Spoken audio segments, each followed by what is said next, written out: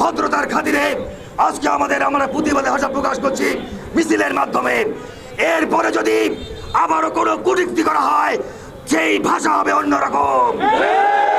ভাইরা আমার, যেভাবে আড়াই হাতির লাঠি নিয়ে জুলাই আগস্টের বিপ্লবকে আমরা জয়লাভ করেছিলাম সারা বাংলাদেশের ছাত্র জনতাকে নিয়ে, প্রয়োজনে আবারও দেশদ্রোহী স্বাধীনতা বিরোধী শক্তিকে আবারও আমরা এই আড়াই হাতির লাঠি দিয়েই প্রতিবাদ করবো ইনশাল্লাহ।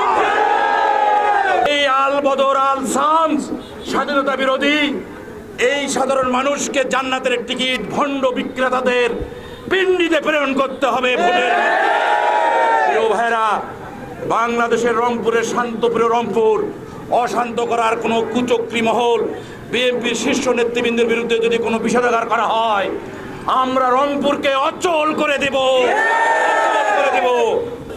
সারা বাংলাদেশের নৈরাজ্য, ধর্ষণ, গুম, খুন এর প্রতিবাদে আজকের এই সমাবেশ।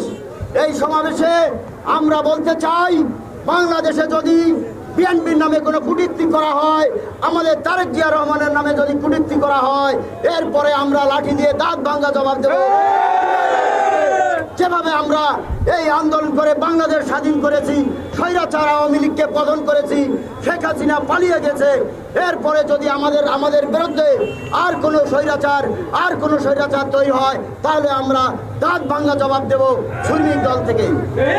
সামনাসামনি পিছিয়ে যান।